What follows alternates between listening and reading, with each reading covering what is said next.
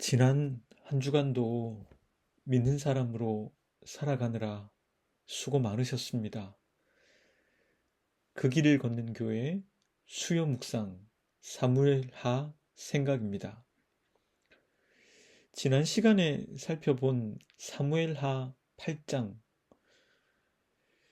8장까지는 다윗은 넘어지지 않았습니다. 아직까지 다윗은 괜찮습니다. 그가 괜찮은 까닭은 두말할 것 없이 하나님 앞에 겸손했기 때문입니다.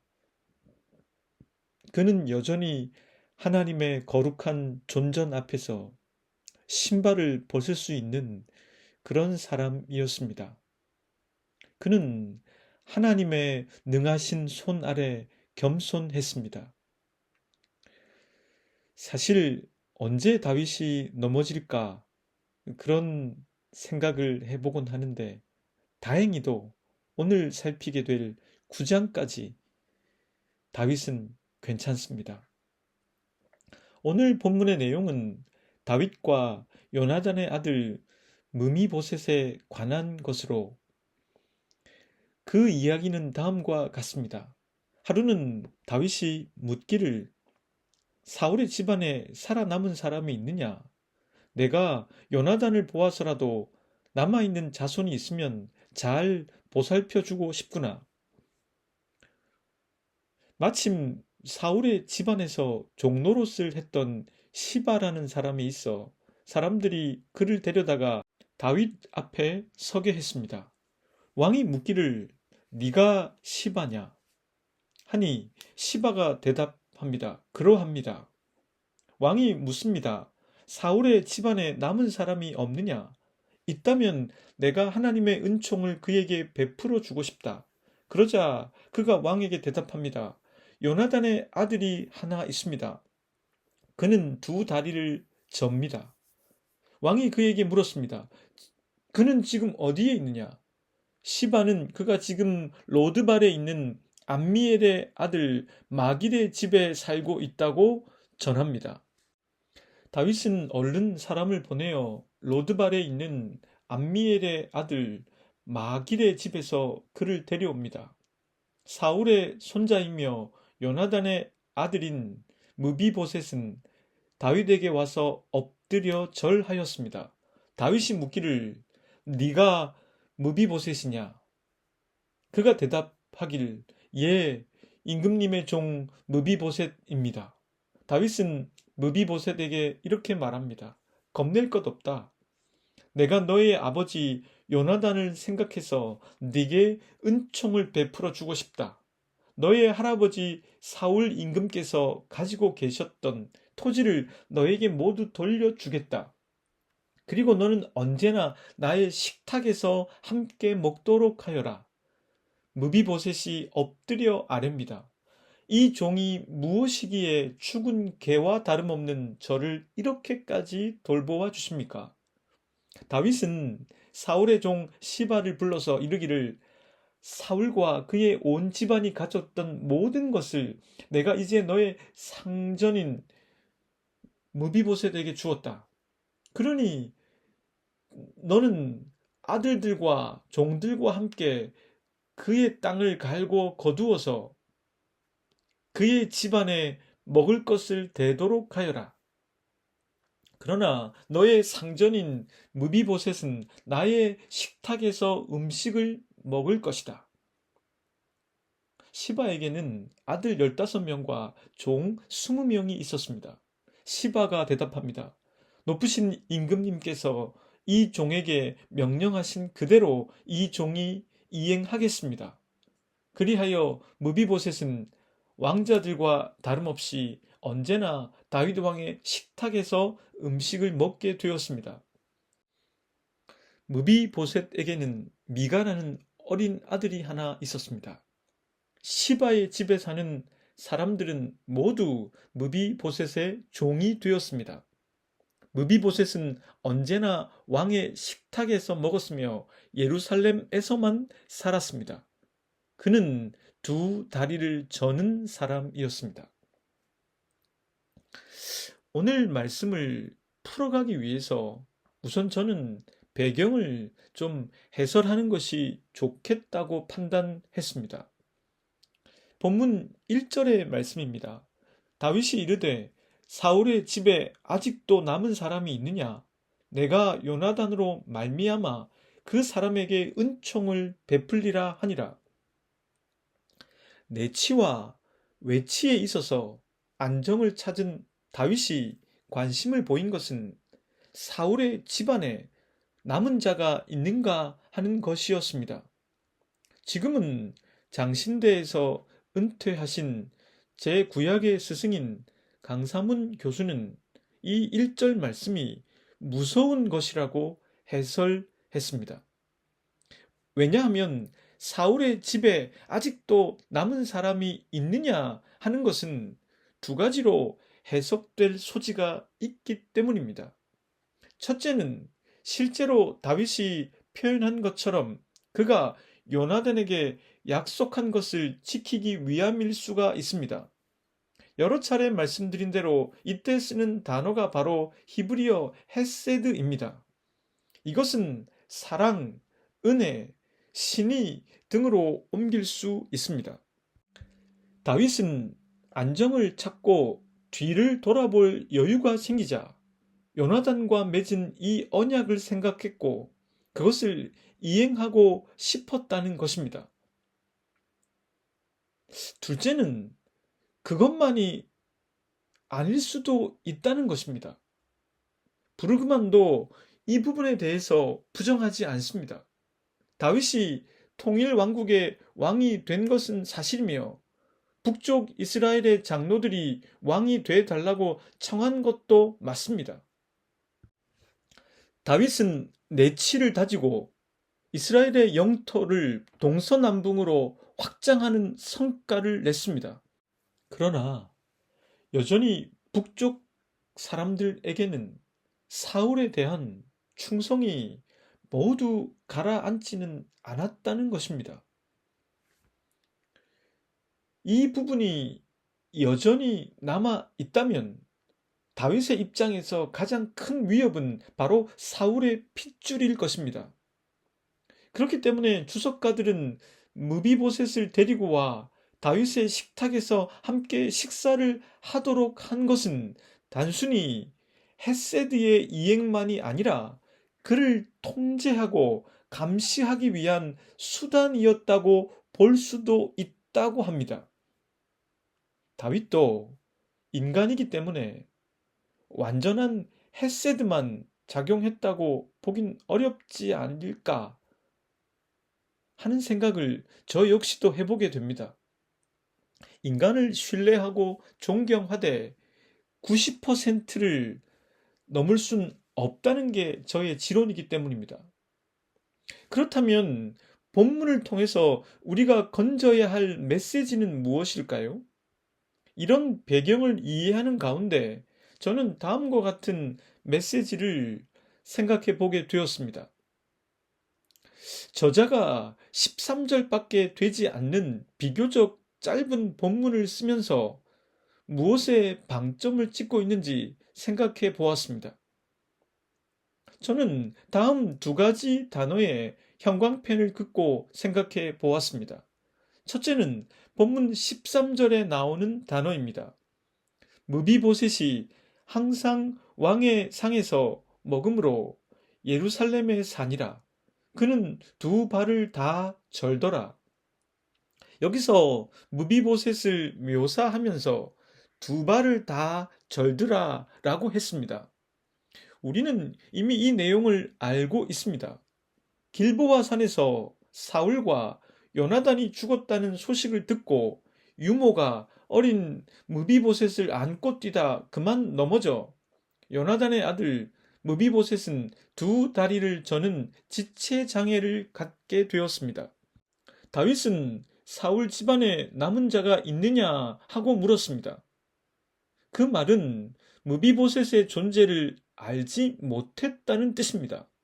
즉, 무비보셋은 무명한 자였습니다.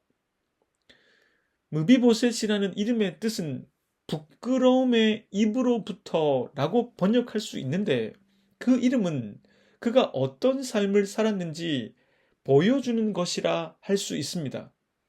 설령 다윗은 자신의 권력에 가장 위협이 될 세력으로 사울의 후손을 생각했고 그래서 무비보셋을 자신 앞에 데려왔을지라도 무비보셋은 두 다리를 저는 지체장애인이었습니다.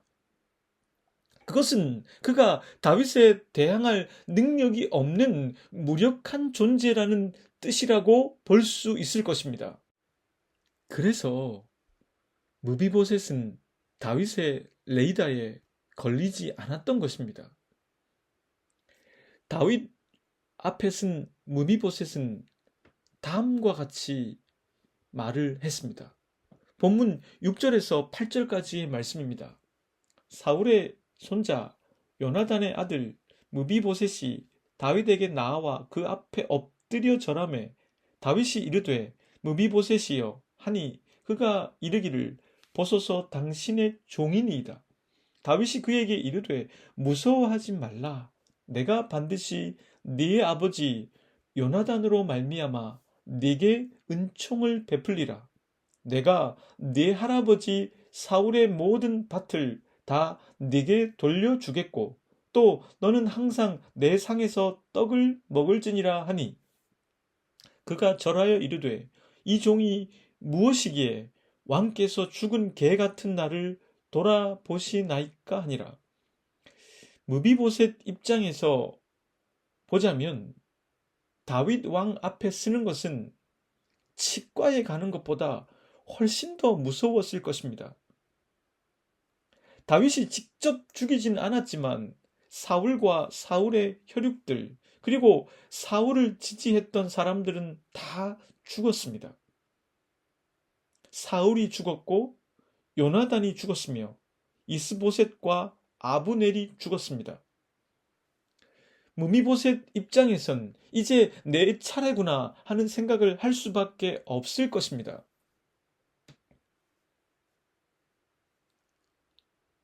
둘째는 본문 1절과 3절 그리고 7절에 반복적으로 나오는 단어입니다. 다윗이 이르되 사울의 집에 아직도 남은 사람이 있느냐? 내가 요나단으로 말미암아 그 사람에게 은총을 베풀리라 하니라.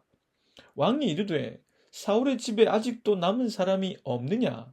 내가 그 사람에게 하나님의 은총을 베풀고자 하노라 하니 시바가 왕께 아라되 요나단의 아들 하나가 있는데 다리 저는 자인이다 하니라. 다윗이 그에게 이르되 무서워하지 말라.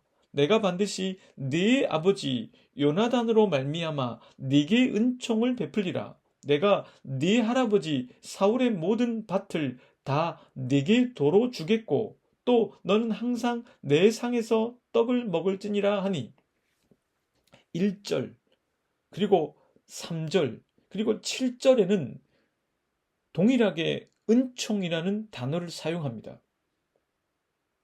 1절에서는 요나단으로 말미암아 은총을 베풀겠다고 했고 3절에서는 하나님의 은총을 베풀고자 한다고 말했습니다. 그리고 7절에서는 한 번 더 요나단으로 말미암아 네게 은총을 베풀리라 라고 했습니다. 여기서 동일하게 사용된 이 은총이라고 번역된 히브리어의 단어는 헤세드입니다. 즉 문맥으로 보건대 다윗이 사울의 후손을 찾고자 했던 것은 요나단과 맺은 언약에 대해서 신실하게 응답하는 은총을 베풀고 싶었기 때문인 것입니다. 또한 그것은 하나님의 은총, 즉 하나님께서 다윗에게 주신 그 헤세드를 받았고 이제 그 헤세드를 사울의 후손에게 베풀고자 하는 것입니다. 아울러 무비보셋을 만나 그가 지체 장애인임을 알았을 때 그랬기 때문에 그가 알려지지 않았음을 인지하게 됐을 때 다윗은 무미보셋의 아버지 요나단 때문에 헷세드를 베풀겠다고 다시 한번 말합니다. 저는 이 세 구절이 같은 단어 헷세드를 사용하고 있지만 그 농도는 더 짙어지고 있다고 생각합니다. 여러 신학자들의 지적처럼 꼭 신학자들이 아니어도 우리들도 그러하듯 우리 안에 동기가 헷세드만 100% 있다고 말하긴 어려울 것입니다. 그런데 다윗은 자신과 무비보셋 사이에 하나님의 헷세드를 결부시키면서 그리고 무비보셋이 두 다리를 저는 자임을 알게 된 그 순간부터 아마도 그의 마음속에 차지하는 헷세드의 비중이 좀 더 증가하게 되었을 것입니다. 저는 다윗이 무비보셋을 위해서 하는 구체적인 사랑의 행동이 그것을 뒷받침해주고 있다고 생각합니다. 헷세드는 구체적인 행동이 뒤따라야 합니다. 하나님은 이스라엘과 언약을 맺으셨고 어떠한 상황과 순간 속에서도 헷세드를 이행하셨습니다. 사랑은 구체적인 행동을 수반할 수밖에 없습니다. 다윗이 무비보셋을 위해서 무엇을 했는지, 어떤 구체적인 행동을 했는지 다음 세 가지로 정리해 볼 수가 있습니다. 첫째, 다윗은 몰수한 사울의 땅을 무비보셋에게 돌려주었습니다. 둘째, 다윗은 사울의 종이었던 시바가 그 땅을 일구어 얻은 수익으로 무비보셋에게 안정된 수입을 주도록 했습니다. 단순히 땅만 주고 끝낸 것이 아니라 그 중간에서 시바가 무비보셋을 위해 종으로 섬기도록 함으로 안정적이고 고정된 수입을 얻도록 했습니다. 이 시바라는 이름의 뜻이 갈망하다라는 뜻인데 이 이름의 뜻처럼 자칫 시바가 다른 것을 갈망하게 되면 무비보셋으로서는 어려움을 당할 수 있기 때문에 철저하게 그의 종으로 위치시킨 것입니다. 셋째, 다윗은 무비보셋이 자신의 상에서 함께 먹도록 함으로써 왕자의 대우를 했습니다. 이게 그를 통제하고 감시하기 위한 목적이라고 생각할 수도 있겠지만 이렇게 구체적으로 사랑의 행동을 하는 것으로 보아 그렇게 생각하기보다는 다윗이 무비보셋을 향한 그 마음이 헷세드 쪽으로 많이 기울여져 있음을 생각해 보게 됩니다. 무엇인가를 갈망하는 존재인 시바가 불러올 문제를 알기에 철저히 무비보셋의 종으로 머물도록 했고 시바가 거느린 15명의 아들과 20명의 종들도 무비보셋을 섬기도록 했습니다. 이것은 시바가 아니라 다른 사람에 의해 생길 문제들도 미리 예방하고 있는 것입니다. 또한 땅만 돌려준 것이 아니라 땅을 경작함으로 고정적이고 안정적인 수입을 얻도록 함으로 무비보셋이 인간다운 생활을 영위하는데 어려움이 없도록 해 주었습니다. 이렇게 구체적인 행동을 펼치는 것으로 보아 무비보셋을 향한 다윗의 동기는 헷세드에 더 초점을 두고 있다고 판단할 수 있습니다. 인간 행동의 동기에는 순수한 것만이 담길 수는 없는 노릇입니다. 본인은 순수하려고 해도 상대방이 순수하지 않으면 당할 수 있습니다. 시쳇말로 호구가 될 수도 있습니다. 때론 자기 자신의 마음을 자기 자신도 잘 모를 때가 많습니다. 점점 강력해지고 있는 다윗의 왕권 이야기 속에 삽입된 이 무비보셋의 이야기는 어쩌면 그런 가운데서도 하나님의 헤세드를 잊지 않고 있는 한 사람이 자신의 마음을 헤세드 쪽으로 흐르도록 치열하게 싸우는 이야기라고 말할 수도 있을 것입니다. 대문호인 도스토옙스키의 카라마조프 형제들에 보면 형 드미트리가 동생 알료샤에게 이렇게 말하는 대목이 있습니다. 아름다움은 신비로울 뿐만 아니라 끔찍하기도 하지. 거기서는 신과 악마가 싸움을 벌이고 그 싸움터는 바로 인간의 마음이야. 마치 작가 자신이 그렇게 치열하게 싸움을 벌이는 듯한 표현입니다. 우리 마음은 치열한 싸움의 현장입니다. 그곳에서 진정한 아름다움을 만나고 하나님을 만나게 되시길. 그리고 가끔 넘어지더라도 그런 자신을 다시 끌어올리시는 하나님을 만나게 되시길 빌겠습니다. 이 말씀을 준비하고 있을 때 한 목사님의 도움 요청 전화를 받았습니다. 본인 교회의 한 성도가 심리적으로 매우 미약해진 상태에 놓여 있는데 괜찮은 상담 전문가를 만나게 해주고 싶은데 적절한 사람이 있겠느냐고. 전화를 끊고 저는 제가 할 수 있는 헤세드를 생각해 봅니다.